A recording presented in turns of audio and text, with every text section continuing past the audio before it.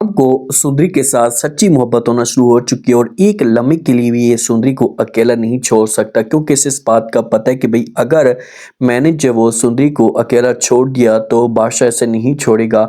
इसके लिए मुश्किलात भी खड़ी हो सकती हैं। लेकिन जब वो गुलाम को इस बात का भी खौफ है कि अगर बादशाह दोबारा से सुंदरी की ज़िंदगी में आ गया तो ये मुझसे छीन कर ले जाएगा, तो इसी वजह से गुलाम जो कुछ बड़ा करना चाहता है। दोनों जब रास्ते पे होते हैं ना, तो गुलाम जो होता है ये सोचों में गुम होता है। सुंदरी के बारे में सोच रहा होता है कि पता नहीं मुझे क्या हो गया है कि हर वक्त इसके बारे में मैं सोचता रहता हूँ। मेरी सोच हर वक्त इसके बारे में जाती रहती है। आखिरकार रीज़न क्या है? कहीं मुझे इसके साथ मोहब्बत तो नहीं हो गई? जब भी मैं इसके पास होता हूँ तो मैं सुकून महसूस करता हूँ। ऐसे लगता है कि कोई ना कोई चीज़ मेरे पास हमेशा के लिए आ चुकी है। वही मोहब्बत तो आपको हो चुकी है और सुंदरी भी आपको चाहना शुरू हो चुकी है, क्योंकि ये आपके ऊपर अब बिलीव कर रही है, आपके ऊपर यकीन कर रही है कि कभी भी ये बंदा मेरे साथ धोखा नहीं कर सकता, ऐसा कभी भी ये बंदा मुझे तकलीफ नहीं दे सकता। लेकिन जिस दिन बादशाह का हुक्म आ गया गुलाम के ऊपर कि भाई आप जल्दी करें और वापस लौटाएं मुझे सुंदरी, तो उस दिन के बाद जो वो दोबारा से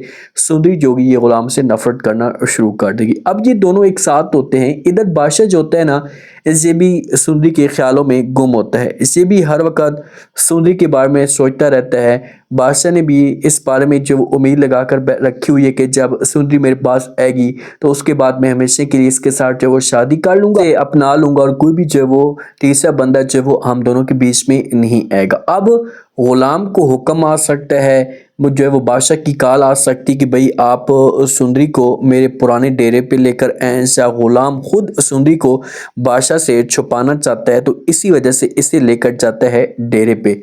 ऐसे पुराने डेरे पे जब लेकर जाते हैं, अब सुंदरी को ये सेफ भी रखने की लेकर जा रहा हो, लेकिन जब गाड़ी से नीचे सुंदरी उतरती है, भागती है, अंदर डेरे में जाती है ना, तो इसके दिल में जब वो नफरत आना शुरू हो जाती कि यार मैं तो बड़ा यकीन करके आई थी, मैंने तो इस बंदे के ऊपर, डॉक्टर के ऊपर बड़ा यकीन किया कि ये बंदा मेरे साथ कभी धोखा नहीं कर सकता, ये मेरे साथ कभी फ्रॉड नहीं करेगा, ये तो यहाँ पर मुझे लेकर आया तो दोबारा से मेरे साथ ये धोखा कर सकता है। लेकिन ऐसे ऐसा जब सब कुछ बेहतर होना शुरू हो जाएगा, हालात किसी हद तक बेहतर होंगे, तो सुंदरी को जो है वो फिर यकीन आना शुरू हो जाएगा गुलाम के ऊपर कि यार ये बंदा मेरे साथ कोई धोखा नहीं कर रहा या किसी किस्म का कोई फ्रॉड नहीं करा, ये बंदा मेरे साथ मुखलिस है।